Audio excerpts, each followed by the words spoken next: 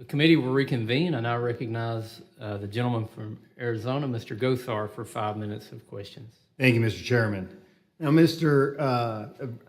Judd, regarding Border Patrol agents that are under scrutiny for sabotaging water stashes set up by humanitarian groups and coyotes who are aiding the commission of criminal crimes, what is the procedure for Border Patrol agents who find humanitarian groups or supply stashes along and around the border? Well, when you look at those pictures, what they're not telling you is they're not telling you exactly why we would dispose of that water. If that water heats up in the desert, it's actually a lot more dangerous to drink extremely heated water than what it is if you don't have that water at all. So what our agents are doing is they're actually taking a humanitarian effort to try to save these individuals. And it's on record to the extraordinary lengths that we've gone to save individuals, including an agent that went into the Colorado River and lost his life trying to save somebody who had crossed the border illegally. So we have procedures in which we try our best to be as humanitarian to those that we come in contact with at all times. So are the agents actively dismantling supplies for coyotes and individuals being smuggled? Absolutely not.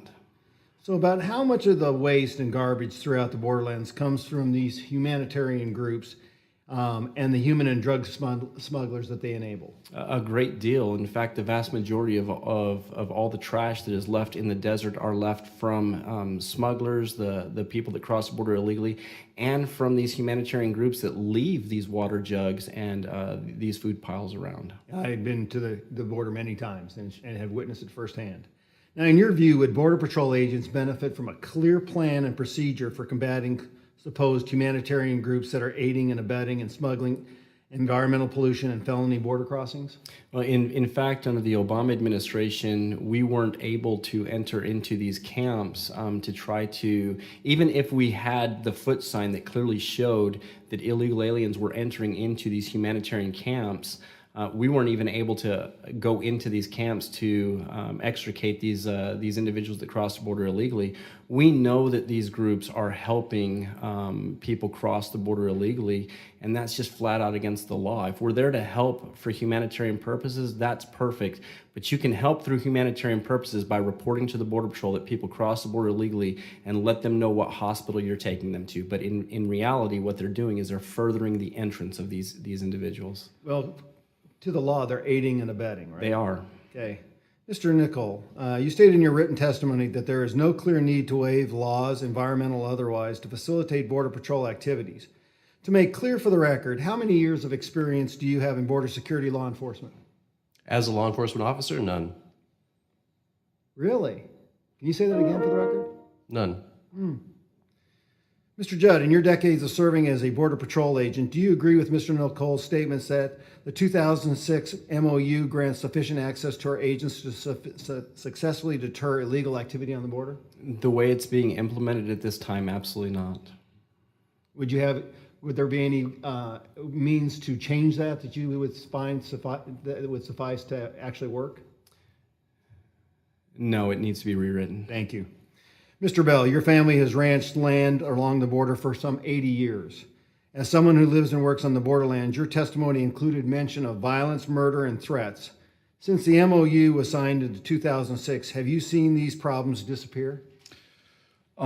We've seen things get better on the border as far as that's concerned. When we see infrastructure come in and along the border, we actually see conditions get better. We see interactions with illegal border crossers diminish. We don't see the drug smugglers as much.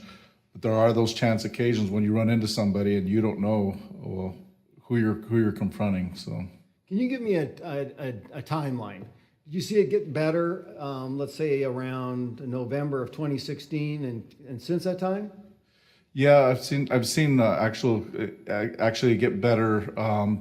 Prior to that, actually, when they started to get these liaison with the Forest Service in with the Border Patrol and actually work on projects to get roadways implemented on the border and infrastructure like RSVS towers and IFT towers. Those were all done in coordination with the Forest Service. Now, so has the deterrence been sufficient, as Mr. Nicol would state? No, there's still a lot of smuggling going on in the area. There's still a lot of groups coming through the area, and they're using the areas that are less where the agents have less capability of patrolling. Right now, the biggest area on our ranch where drugs are being smuggled is through the wilderness area. Oh, absolutely. I thank the gentleman. My time has expired.